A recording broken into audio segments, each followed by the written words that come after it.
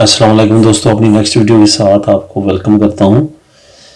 दोस्तों, Yui card के बारे में मैंने एक वीडियो अपलोड की थी।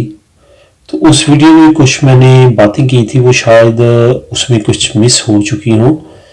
तो एक दोस्त ने आज से चंद दिन पहले एक कमेंट किया। उन्होंने कहा कि जी मेरे पास पहले 1 साल की थी, अब 2 साल की, अब आखिरी 2 साल की टेम्पोरल रेजिडेंसी है मेरी और मेरे बच्चों की और वाइफ की।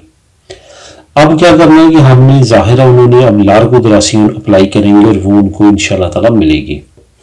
उन्होंने कहा कि जी यूई हम डायरेक्ट ले सकते हैं, यानी कि वो चाहते हैं कि हम जब रिन्यूएशन करवाएं तो हम डायरेक्ट ले ही यूई वाला कार्ड। दोस्तों, यहाँ पे एक बात मैं आपको बताता चलूँ कि ऐसा मुमकिन नहीं है। पहले आपने क्या करना है, पहले आपने नॉर्मल जो लार्गो दरासियन है वो लेनी है एक्स्ट्रा खीरिया से। जब वो सिलेक्ट हो जाए, आपको कार्ड मिल जाए, उसके बाद आपने यूई वाली अप्लाई करनी है। उसकी मैं वजह आपको बताता हूं।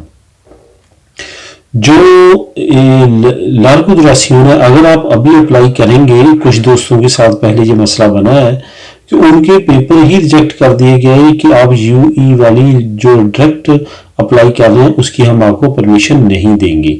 उसकी वजह ये दोस्तों कि इनकी प्रेफरेंस ये है कि जो बंदे यहाँ पे रह रहे हैं उनको वो सबसे पहले जो है यहाँ पे काम करें, यहाँ पे टैक्स पे करें। इनकी कोशिश ये है कि लोग यहाँ पे रहें, काम करें, हमें सुविधा सोशल, हमें असिंदा और इस तरह के जो टैक्सेस हैं वो इनको पे करें।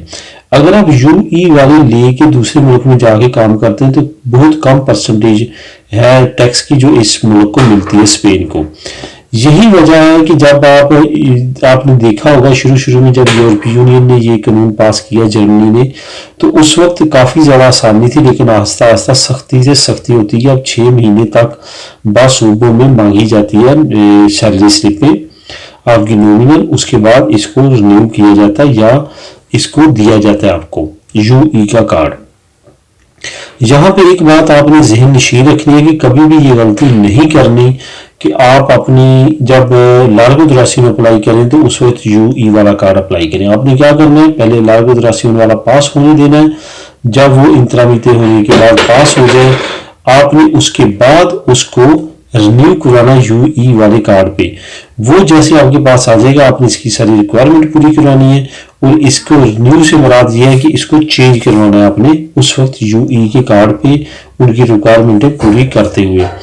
उसके बाद दूसरा सवाल कि आपको तमाम फैमिली को जो चेंज करवाने की ज़रूरत नहीं पड़ेगी तमाम इसके, क्योंकि आपको अपनी वाइफ की भी नॉमिनल्स या इस तरह की पूरी करनी पड़ेगी। अगर तो वो आपके पास हैं तो चेंज उसकी भी करवाना, अगर नहीं तो कोई इसमें प्रॉब्लम नहीं है। आप जिस मुल्क में जाएंगे वहां आप फैमिली अपने पास रख सकते हैं। जिस तरह यहाँ पे आप डिपेंड करके रख रहे हैं, इसी तरह पे वहां पे भी आप पे डिपेंड होंगे आपकी फैमिली, आपके बच्चे और बीवी, तो आप वहां अपने साथ रख सकते हैं। जर्मनी में बहुत सारे दोस्त मेरे जानने वाले गए हैं जो चेंज करवा के गए हैं, वो इसी तरह उनके पास दोनों डॉक्यूमेंट्स हैं, जर्मनी के भी, वहां के जो चेंज हुए हैं यहाँ पे रिन्यू भी करवाते हैं।